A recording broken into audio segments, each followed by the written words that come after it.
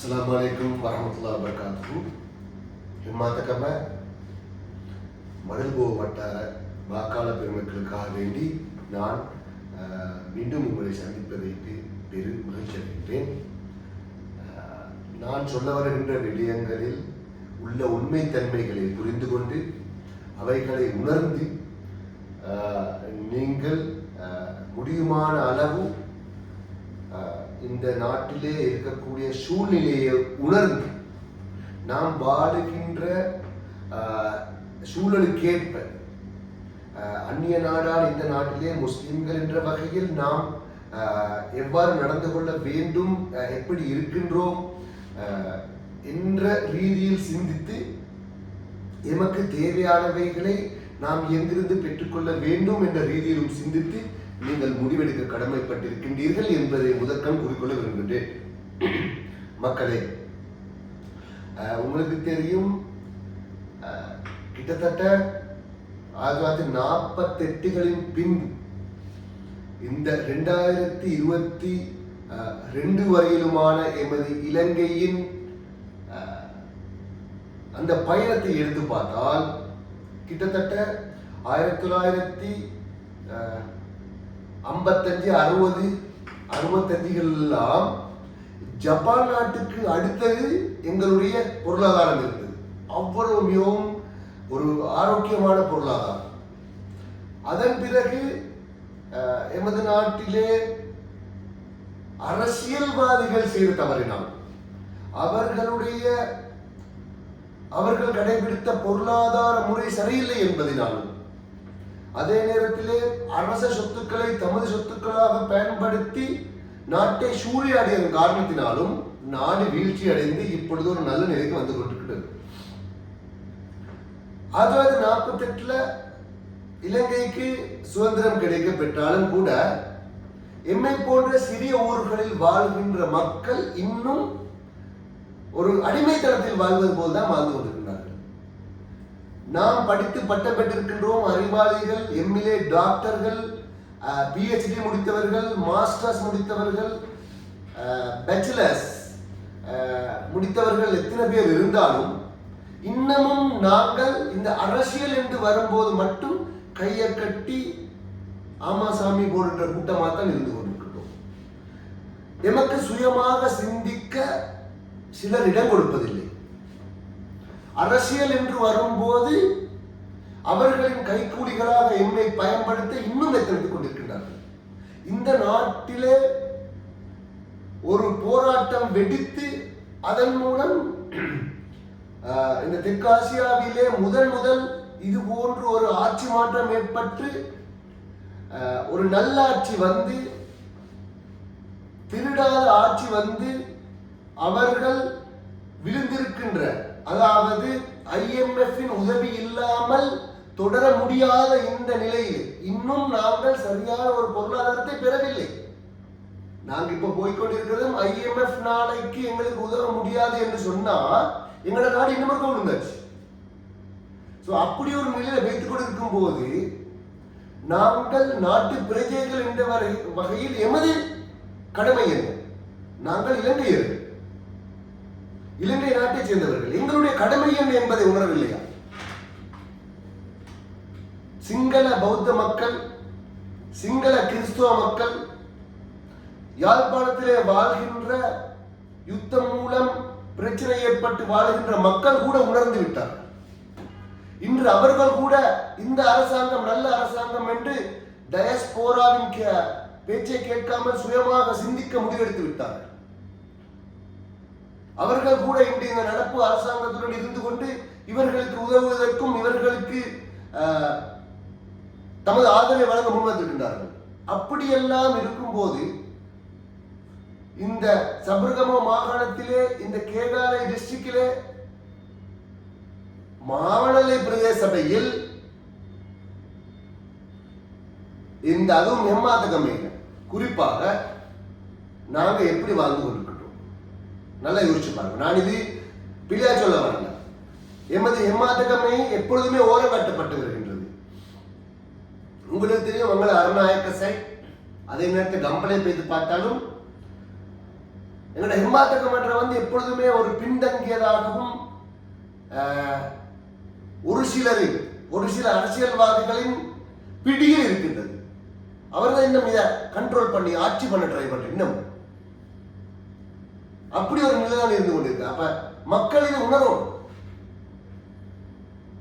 காலத்திற்கேற்ப நாங்க எல்லாத்தையுமே இப்ப நான் சும்மா சொல்றேன், நாங்க உடுக்கிற உடுப்பா இருந்தாலும் கூட இன்றைக்கு இதுதான் ஃபேஷன், இன்றைக்கு இப்படித்தான் உடுக்குறோம். என்ன நாங்க 1948, 50, 60 உடுத்த மாதிரியா இன்றைக்கு உடுக்குறோம் இல்லையே. இன்றைக்கு காலத்துக்கேற்ப என்ன இருக்கிறோம் அது மாதிரி தான் உடுக்குறோம். இந்த காலத்துக்கேற்ப என்ன போன் இருக்கிறோம் அந்த போனை தான் நாங்க யூஸ் பண்றோம். அதே நேரத்தில் இன்றைக்கு எல்லாமே மாறிக்கொண்டு போறேன். ஆனா அரசியல் வரும்போது மட்டும் அண்டைய காலத்தில் இருந்து அதே அரசியல் முறை. மாவனல்லையில இருந்து கபீர் ஹாஷிம் அவர்கள் எங்களோட ஊர்களுக்கு வந்து ஒரு விசிட் அடிச்சுட்டு போற, ஒரு வீட்டுல சாப்பிட்டுட்டு போற, அவருக்கு மிகவும் நம்பிக்கையான ஒரு 2 பேரை 3 பேர் ஒவ்வொரு ஊர்ல வச்சு கொண்டு இருக்கிறவர் அவர் மூலமாக அரசியல் செய்து அங்க சுவிட்ச போட்டா தான் இங்க 10. இத நிலை எப்ப மாறு? இதுவும் ஒரு அடிமைத்தனம் தானே. இது எப்ப நீங்க மக்கள் சிந்திக்க போற?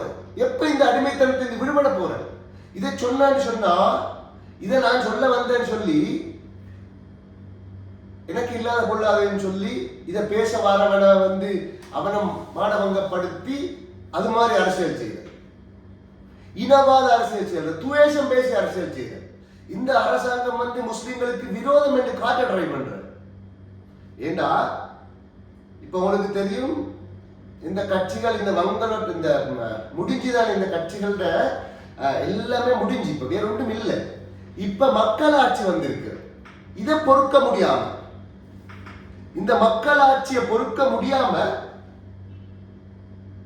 என்ன செய்ய, திருப்பியும் பழைய ஆட்சி தான் எங்களுக்கு வேண்டும், நாங்க திருட வேண்டும் அப்படின்னு ட்ரை பண்ற ஆட்களுக்கு நீங்க ஓட் பண்றேன்னு சொன்னா அப்ப உங்களோட சுதந்திரம், நீங்க படிச்ச படிப்பு, உங்களுடைய அறிவுத்தன்மை இதெல்லாம் ஒரு தராசுல போட்டு நிற்கப்பட வேண்டி வரும்.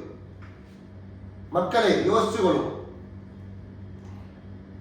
யோசிங்க. நாங்க யாருக்கும் துரோகம் செய்யறதுக்கோ பிரச்சனை ஏற்படுத்துறதுக்கோ இதை சொல்லல. என்ன சொல்றேன்டா, நடப்பு அரசாங்கத்துல இருக்கிற அபிவிருத்திகளை கொண்டு வருவதற்கு, நடப்பு அரசாங்கத்துல எலெக்ஷன் கேட்கிற ஒருத்தருக்கு நாங்க எலெக்ஷன் கொடுக்கிற மூலமா தானே அந்த அபிவிருத்தியை கொண்டு வர முடியும். அப்படி இல்லை என்று சொன்னா ஊர்ல இருக்கக்கூடிய ஒரு சிலருடைய கபீர் ஹாஷிமுடைய அஜெண்டால வேலை செய்யற, அவங்க எழுதி கொடுத்ததை கொண்டு வந்து இங்க வாசிக்கிற ஒருத்தர் 2 பேர்கிட்ட சொந்த தேவைக்காக வேண்டித்தானே நாங்க எங்க ஊர் எலெக்ஷன் செய்யணும். காலகாலமா இப்படித்தான் நடக்கணுமா? இது ஒரு அடிமைத்தனம் இல்லையா? இது ஒரு அதிகாரம் இல்லையா? வேற யாருமே எங்க ஊர்ல எலெக்ஷனை கேட்கலாதா?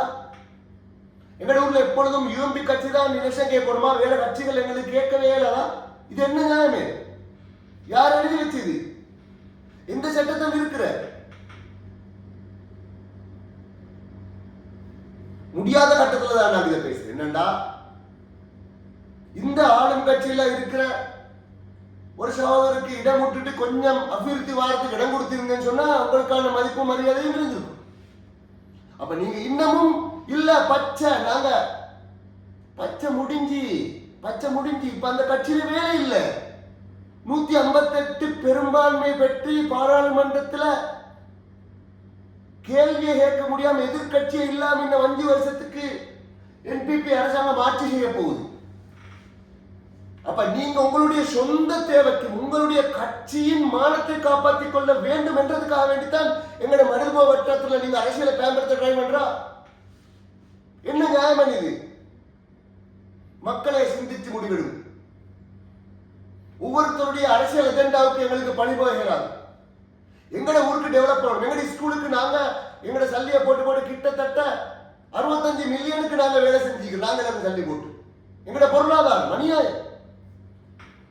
ஏண்டா எங்களுக்கு வேற மந்திரிட்ட போயிடலாம். நாங்க எப்பவுமே எதிர்கட்சி. நாங்க எதிர்கட்சியில் இருக்கிறதுனால எங்களுக்கு எந்த மந்திரிட்டையுமே போயிடலாம். என்ன எந்த மந்திரியும் எங்க ஊருக்குள்ள கால் வைக்கிறாரு. நாங்க மேல பங்குதார். யாருக்குமே வர விட்டுருல. நாங்க யாருக்குமே வர விட்டுருல. ஊர்ல கபீர் ஹாஷிமிட அவருக்கு சம்பந்தப்பட்ட ஆட்கள் மட்டும்தான் இருக்கணும். அவங்க தான் எலெக்ஷன் கேட்கணும். யூஎம்பி கட்சியில அவங்க கட்சி மாறக்களை எங்கள்கிட்ட கேட்கறதில்ல. அவங்க வேண்டுமெனாரி சஜபேன்னு சொல்லுவாங்க. இன்னைக்கு நாளைக்கு வந்து நாங்க போட்டோட கூட்டமைச்சல் சொல்லுவாங்க. இன்னைக்கு போட்டோட அடிச்சு கொள்வாங்க. நாளைக்கு இந்த தேர்தலையும் பார்த்துக்கொள்ளுங்க. நீங்க பொய்யுண்டா நாளைக்கு வந்து சொல்லுவாங்க நாங்க போட்டோட சேர்ந்து ஆட்சி அமைச்சர் எங்களுக்கு தேவை என்பிபி தோற்கடிக்கிறது. அது மாதிரி ஒரு கொள்கை இல்லாத அரசியல் இப்படி இருக்கப்படாது. முஸ்லிம்கள்கிட்ட இப்படி இருக்கப்படாது. ஊருக்கான தேவை என்பதை அறிந்து செயற்பட வேண்டும்.